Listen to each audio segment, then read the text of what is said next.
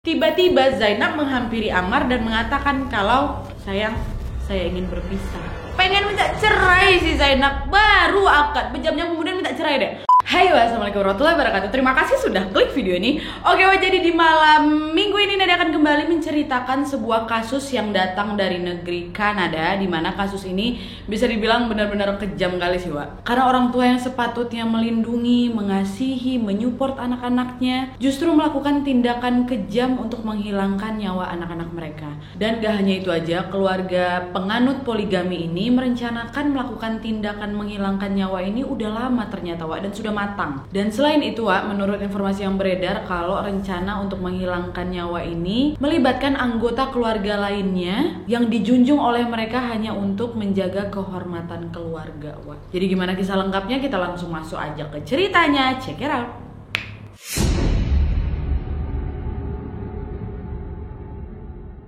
Oke, Wak, jadi kasus ini berkaitan dengan sebuah keluarga yang disebut dengan keluarga Shafia.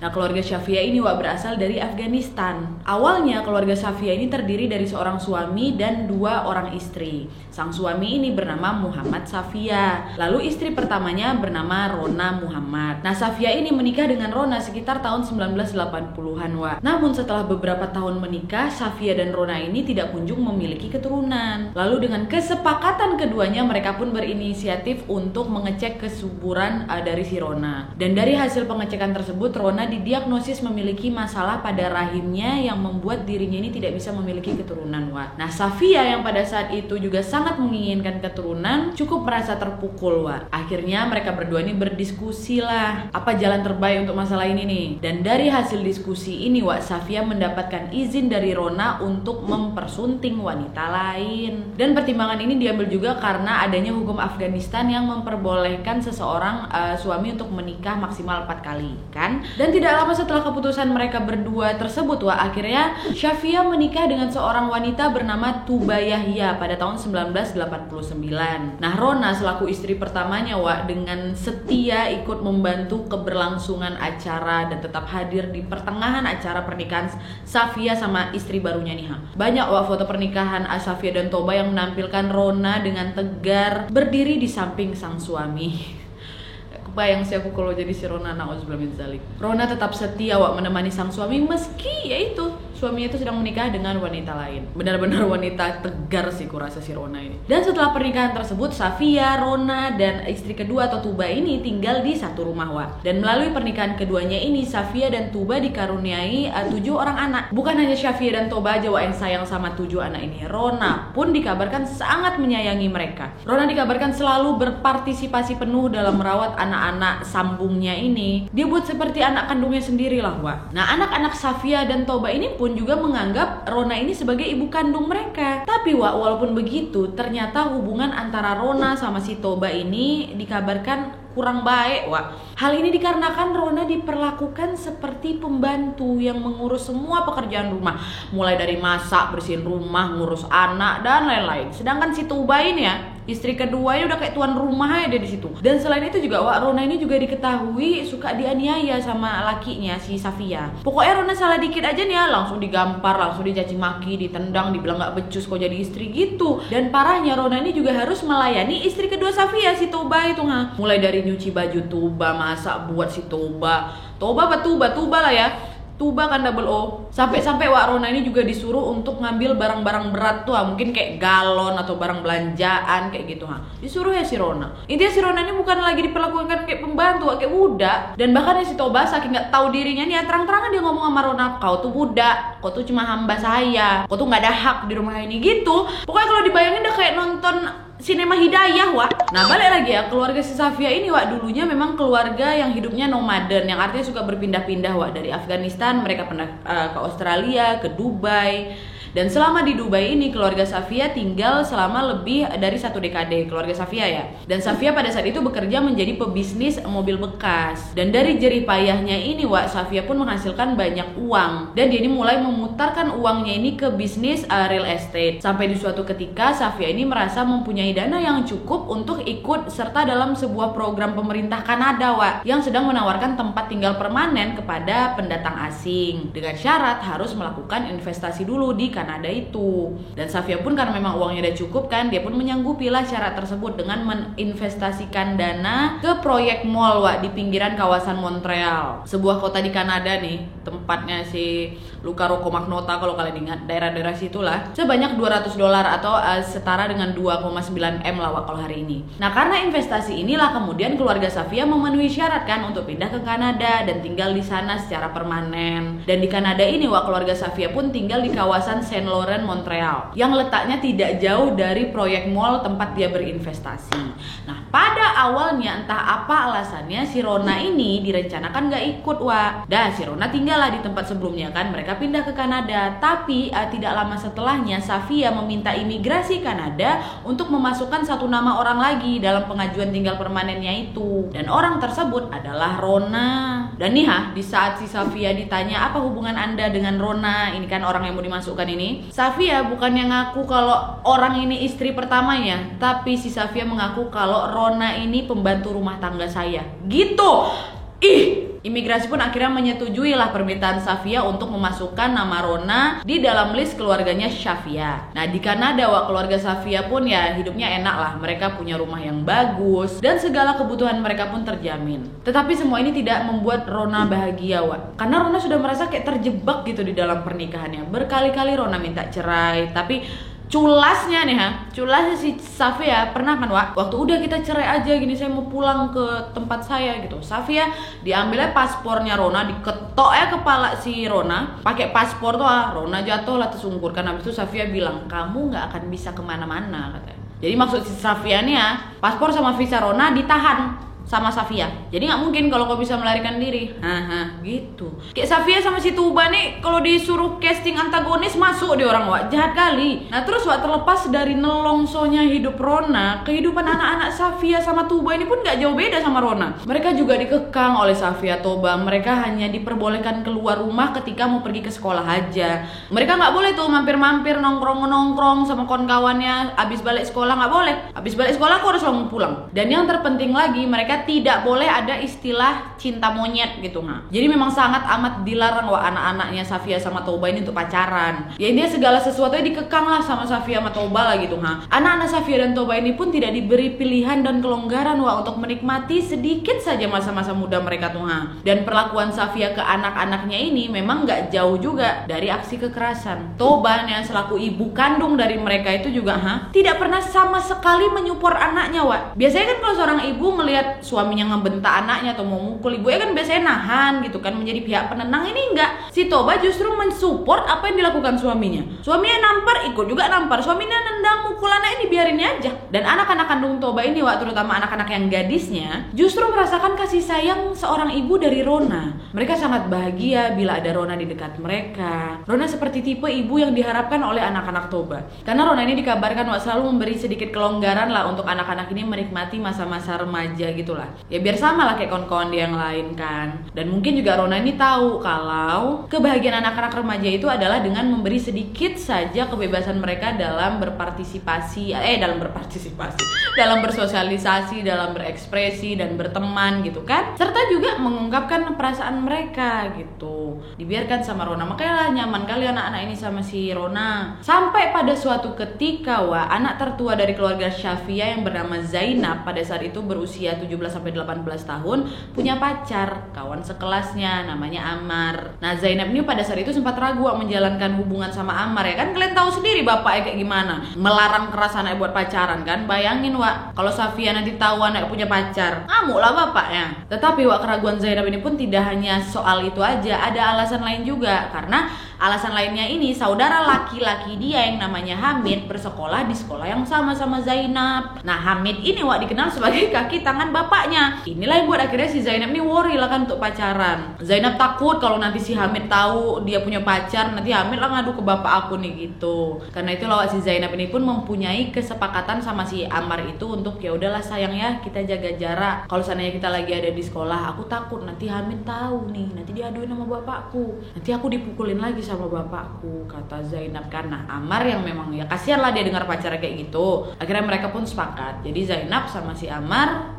menjalankanlah hubungan backstreet atau diam-diam, Wak. Nah, awal-awalnya acting mereka memang berhasil tuh, di sekolah nggak usah saling sapa-sapaan gitu kan. Tapi namanya juga satu sekolah, kabar orang pacaran kayak si Zainab sama si Amar ini kan gampang kali nyebarnya. Mungkin bukan dari mereka berdua, dari kawan-kawannya, yang pada akhirnya sampailah kabar tersebut ke telinganya si Hamid, Wak. Dan sesuai dengan dugaan Zainab, saudaranya ini langsung lah ngaduin ke bapaknya. Safia yang dengar kabar tuh ngamuk, Wak, sama siapa Zainab yang baru pulang dari sekolah itu, Wak, langsung digampar, dipukul, ditendang. Dan juga si Zainab ini diancam, kalau kau masih berhubungan sama si Amar ini, hilangkan nyawamu, kata bapaknya, Wak. Diancam sama bapak kalian mau di Dan kekejaman dari si Safia ini, Wak, bukan hanya dirasakan oleh Zainab aja, Wak. Ada lagi anak yang lainnya, yaitu saudara keduanya Zainab yang bernama Sahar. Sahar ini juga punya pacar, namanya Ricardo Sanchez, Wak. Dan mereka juga sepakat backstreet tuh, dengan alasan yang sama seperti si Zainab, takut nanti digampar sama bapaknya kan. Nah, sama lagi nih, Wak, kasusnya si Hamid nih, kaki tangan bapaknya mengetahui kalau si Sahar ini punya pacar. Udah tau lah kan, kalian diaduin lagi sama bapaknya. Ya betul, balik si Sahar pun disiksa lagi, digampar, dimaki, sama juga diancam.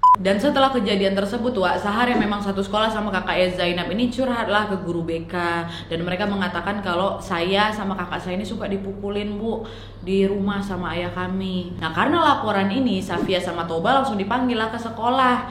Di sekolah, Safia Toba betulan datang, Wak. Diduduin lah kan sama beberapa pihak sekolah tuh. Ada Sahar, ada Zainab juga, demi untuk meluruskan laporan dari si Sahar. Dan dari awal proses ini, Wak, si Safia terus natap sinis ke kedua anaknya. Tatapan intimidasi tuh, pihak sekolah pun akhirnya kemudian lah meminta pernyataan dari Safia. Bapak, ini saya dapat aduan dari kedua anak bapak kalau bapak suka menyiksa mereka. Apakah betul? Katanya gitu kan. Safia di situ langsung jawab, tidak.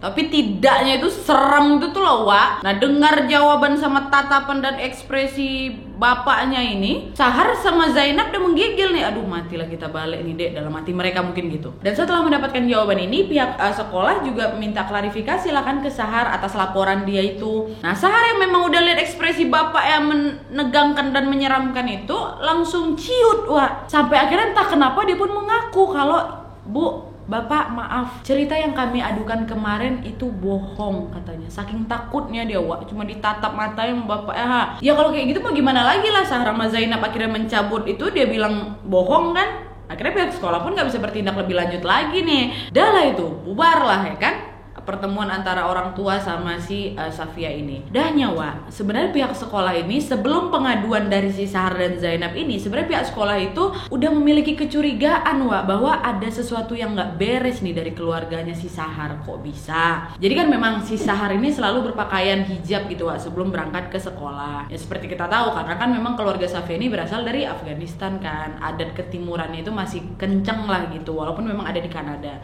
Pakailah hijab berangkat dari sekolah, pakai baju tertutup, pakai hijab, nggak bermake up, Wak. Nggak dibolehin sama bapaknya make upan. Nah, Sahar yang pada saat itu masih remaja, dia pengen juga, Wak, berekspresi kayak kawan-kawan lainnya. Jadi ketika si Sahar ini dari rumah pakai hijab, nyampe sekolah dibuka hijabnya, dia dandan lah, dia make up lah kayak gitu. Nah, karena gerak-gerik Sahar yang cukup unik ini, beberapa guru udah nandain dia karena memang sering diperhatikan Sahar ini. Dan karena saking perhatiannya, Wak, guru-guru tersebut pun menyadari bahwa setiap kali si Sahar ini ke sekolah, dia tuh kok nampaknya lesu terus ya, kayak anak gak dikasih makan. Sampai pada suatu hari pernah, Wak, si Sahar ini pingsan saking lemesnya. Langsung akan dibawa sama guru, dibantu sama murid-muridnya ke UKS gitulah, digotong.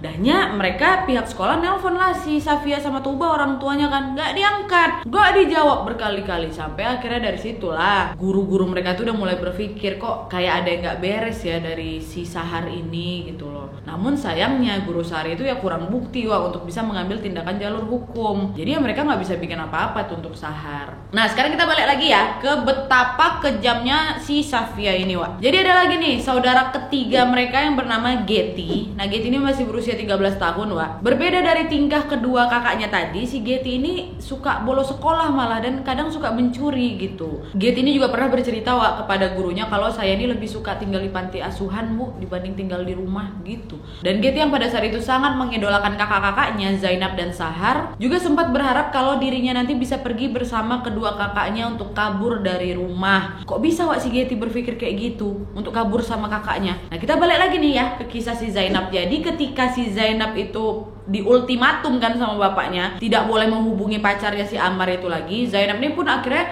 nyari cara lain nih untuk tetap bisa berkomunikasi dengan Ammar. Akhirnya si Zainab pun menemukan cara untuk menghubungi Ammar melalui media sosial. Hingga akhirnya pasangan ini pun sepakat untuk bertemu. Nah, selama pertemuannya ini si Zainab mengungkapkanlah rasa kekecewaan dia, kemarahan dia, kesedihan, kesakitan hatinya terhadap keluarganya sama si Ammar pacarnya kan. Dan Zainab juga mengatakan bahwa dirinya ini berencana untuk kabur dari rumah.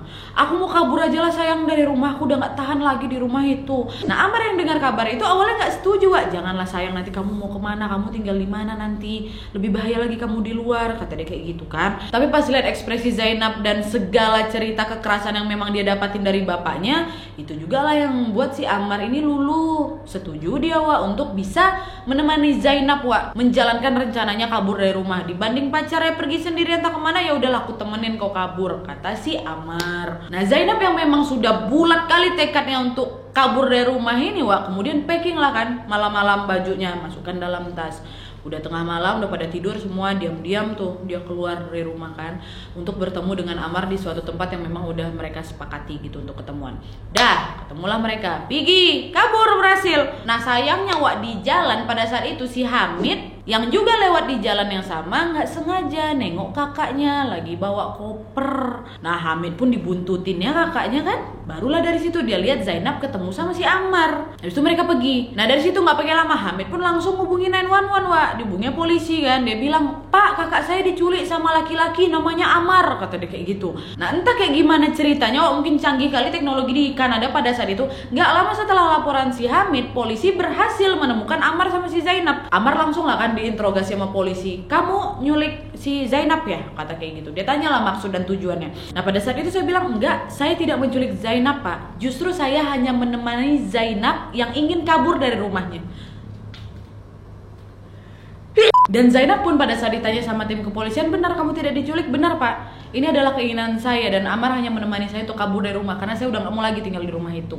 Gitu kan. Dan berdasarkan hukum yang berlaku di Kanada, Wak, Zainab ini udah cukup umur, udah 19 tahun dan dia memiliki hak untuk menentukan jalan hidupnya. Maka dari itu polisi pun mendatangi keluarganya si Safia dan mereka mengatakan, "Bapak, Ibu, tidak ada indikasi penculikan di sini. Anak kalian Zainab sudah memberikan keterangan kalau memang dirinya sendiri yang ingin kabur dari rumah ini atas kemauan dia sendiri, sehingga kami tidak bisa bertindak lebih jauh. Ya, Pak ya, Bu, oke, kami pamit." Gitu. Dan mendengar pernyataan dari polisi, Tuba, mama dia ini menjadi khawatir lah pasti sama anaknya kan. Dia pun akhirnya ditelepon lah itu si Zainab. "Udah nak, kamu di mana?" kata dia. "Udah pulang. Ibu janji akan merestui hubungan kamu sama Ammar," kata dia. Bahkan waktu di percakapan tersebut si Tuba ini bilang, "Ibu janji bakal nge-backup kamu, nge-backup hubungan kamu di depan bapakmu. Dan ibu juga berjanji akan segera menggelar prosesi pernikahan kalian." Nah, Zainab yang dengar pernyataan si Tuba waktu itu sempat ragu.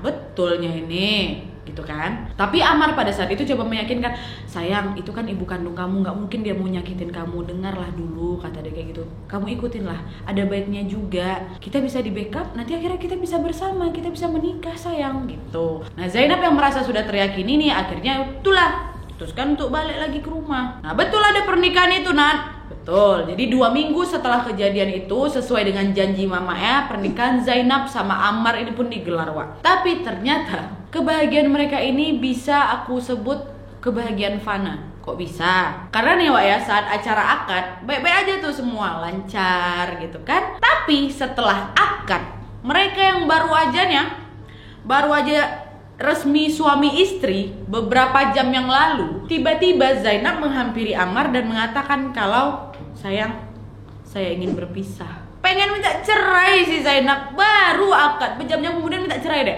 Nah, Ammar yang awalnya, "Jangan bercanda kamu sayang, kita baru nikah ini."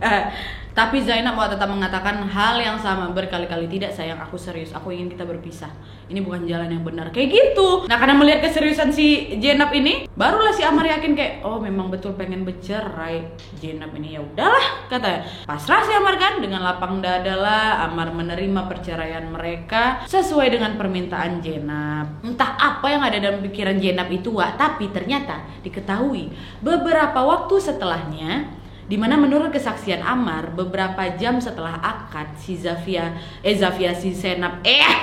Zainab ini dipanggil sama Safia bapaknya, sama Safia, sama Tuba, sama Hamid, 3 orang ini ya, ke sebuah ruangan terpisah yang ada di dekat situ, dekat acara itu kan. Masuklah. Dan setelah pembicaraan inilah yang kemudian baru si Zainab langsung nyamperin si Ammar, baru minta cerai. Tak apa yang dibilang sama mereka bertiga sama si Zainab pada saat itu, entah mungkin ancaman, entah kayak gimana, itulah pokoknya si Zainab setelah keluar ngomong sama mereka bertiga minta cerai. Dicerai mereka. Perceraian Zainab sama si Ammar ini lebih cepat dibanding hubungan mereka waktu mereka masih pacaran, Wak. Dan pasca perceraian mereka, Wak, Zainab dan Ammar mereka tetap berteman baik. Bahkan Zainab ini sering mengkontak si Ammar, dia update lah tentang kondisi keluarganya. Zainab juga sempat menyampaikan sama Ammar kalau ayahku sudah berubah, keluargaku sudah berubah jauh lebih baik. Terutama ayahku, Mar, dia lebih bersikap lebih kalem lah dari biasanya. Aku jadi betah lah tinggal di rumah kayak gitu, kata Zainab, Wak. Nah, Ammar waktu dengar itu ya sedikit terkejut.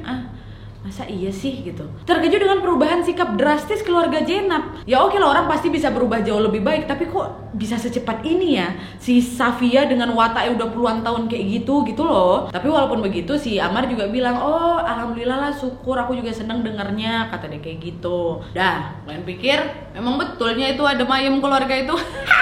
Gak mungkin nih. Kita masuk ke segmen selanjutnya.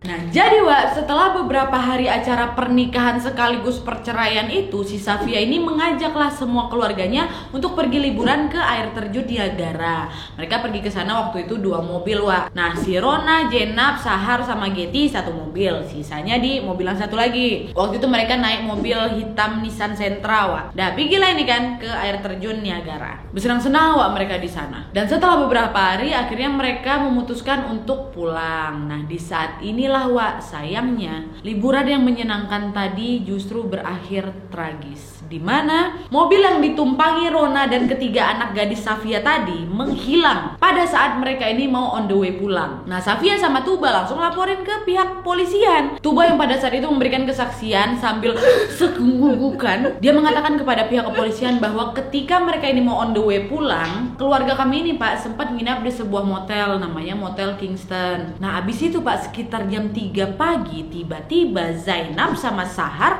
ngajak Getty sama Rona untuk pergi dari motel itu. Dia rampas kunci mobil Nissan tadi. Dan Tuba juga menambahkan, Zainab, Pak, anak pertama saya, dipaksa, diancamnya saya untuk bisa ngasih kunci mobil itu, Dan setelah itu mereka berempat pergi gitu aja, Pak, kata dia. Dan kesaksian si Tuba ini, Wak, juga disiarkan ya di sebuah stasiun televisi. Ekspresi yang Safia dan Tuba tampilkan ini juga sama seperti saat dia melaporkan kejadian itu di polisi ya. Pokoknya ekspresi bekabung lah. Nah, twistnya nih, polisi ternyata memang udah nggak yakin sebenarnya dengan pernyataan mereka ini dari awal, Wak. Kok bisa, Nat? Nah, karena nggak disangka-sangka ketika kasus Zainab itu, yang si Zainab kabur tuh, yang ketika keluarga mereka sempat melapor ke polisi kalau Zainab diculik sama si Ammar, polisi kan memang sempat datang ke keluarga Safia memberikan keterangan kalau ini nggak ada indikasi penculikan, Bapak. Abis itu kan balik.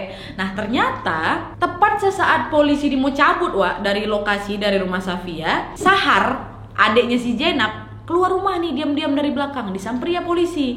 Dia kasih tahu, "Bapak, saya sebenarnya khawatir dengan Zainab. Karena kalau misalnya kakak saya ini pulang ke rumah, Pak, pasti bapak saya bakal melakukan kejahatan sama Zainab." Dan Sahar juga mengatakan kepada tim kepolisian kalau, "Pak, nggak cuma Zainab, saya juga nih, kami berdua pernah diancam mau dihilangkan nyawa sama bapak kami, Pak," kata Sahar. Nah, berdasarkan feeling dari tim kepolisian inilah, Wak, selain memang polisi langsung mencari korban, mereka juga langsung melakukan penyelidikan lebih lanjut terhadap si Safia, Toba, sama Hamid. Dan tidak lama setelah masuknya laporan bahwa beberapa anggota keluarga Safia ini hilang, tepatnya pada tanggal 30 Juni tahun 2009, Rona dan ketiga anak mereka, Zainab, Sahar, dan Getty, ditemukan dalam kondisi sudah tidak bernyawa di dalam mobil yang sudah setengah tenggelam, Wak, di sebuah kanal. Meninggal mereka berempat. Dan polisi langsung akan menyelidiki penyebab dari tenggelamnya mobil tadi tuh, Nah, ada nih, Wak, beberapa hal yang bisa dikatakan sangat mengganjal pada saat dilakukan olah TKP. Di antaranya, yang pertama, kunci starter mobil dalam keadaan off. Berarti ada indikasi nih bahwa di saat kejadian mobil tersebut dalam keadaan mati, kan? Dan polisi percaya kalau ada seseorang yang telah mendorong mobil itu ke kanal. Itu yang pertama. Yang kedua, jendela mobil itu terbuka, Wak. Dari sini berarti ada indikasi kesengajaan supaya air cepat masuk ke dalam mobil, sehingga membuat mobil ini cepat tenggelam juga kan, dan membuat korban cepat juga kehabisan nafas. Terus yang ketiga, semua sandaran kursi itu mengarah agak ke belakang, dan di semua tubuh korban ini tidak terpasang seat belt, Wak. Berarti ada indikasi korban ini dibuat pingsan atau dihilangkan nyawanya terlebih dahulu, baru dimasukkan ke dalam mobil. Ya kan, kalau masukin kan agak dimundurin dikit tuh. Ini kursinya, dan kemudian dari situ baru ditenggelamkan. Dan selain hasil analisa ini, Wak, di sekitar TKP ini juga ditemukan beberapa pecahan lampu. Dan ketika dicocokkan nih pecahan-pecahan lampu itu di dalam database yang dimiliki oleh pihak kepolisian, ternyata ada beberapa pecahan kayu.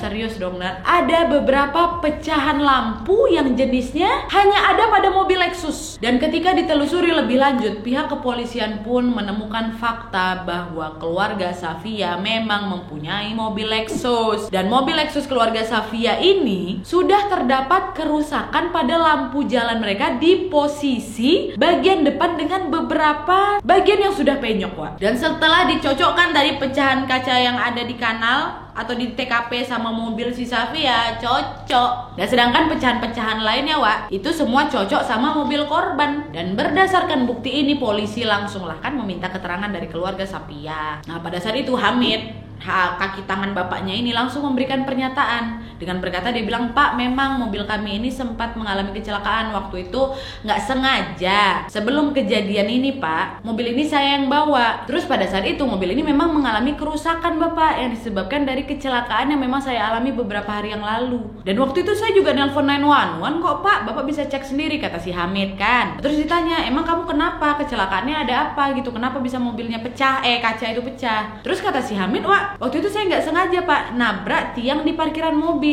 Nah, mendengar pernyataan si Hamid, pihak kepolisian pun kan nanya, "Loh, kok bisa kok nabrak tiang di parkiran?" Wajar kan ditanya kecelakaan itu kenapa bisa terjadi kan. Nah, tapi si Hamid, dia nggak bisa jelaskan secara gamblang tuh menyebab kenapa dia bisa nabrak tiang parkir tuh. Hamid cuma bilang, "Nggak tahu, Pak, tiba-tiba ya nabrak aja gitu."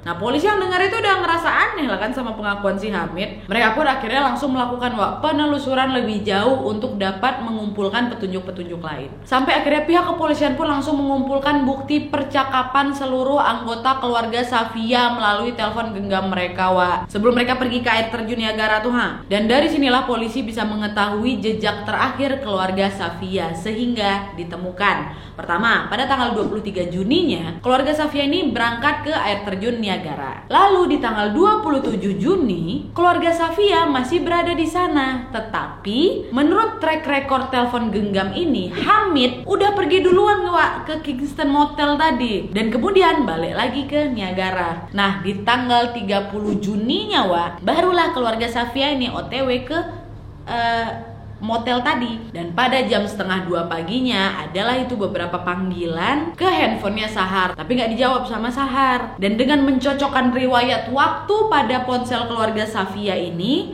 polisi pun menduga kalau mobil yang berisi Ronas dan ketiga anak tirinya ini tenggelam sekitar jam 12 sampai 1:30 pagi, Wak, sebelum adanya beberapa panggilan ke handphonenya Sahar. Lalu dengan semua bukti ini, polisi pun langsung panggil Safia, Toba sama si Hamid. Dan diinterogasi mereka, Wak. Selama diinterogasi ini pastilah mereka sempat selalu berkilah-kilah terhadap bukti-bukti yang memang diberikan oleh polisi yang seperti menyudutkan mereka. Dan karena ada alasan-alasan yang tidak masuk akal dari mereka bertiga, akhirnya polisi sengaja, Wak, bohong nih ke Safia, Toba sama si Hamid. Mereka bilang, "Udah kasih tahu aja yang sejujurnya. Kalian tahu nggak sih sebenarnya di lokasi kejadian itu ada CCTV loh." Kata polisi, bohong sebenarnya polisi nih. Maksudnya pengen mancing mereka tuh loh, pengen lihat ekspresi mereka setelah dibilang kayak gitu. Terus polisi nambah, "Dah, kalau kalian ngaku dan memberitahu apa yang sebenarnya terjadi, hukumannya lebih ringan loh, Bapak, Ibu, Adek," gitu. Nah, tapi ketiga orang ini tetap aja nyangkal, enggak, bukan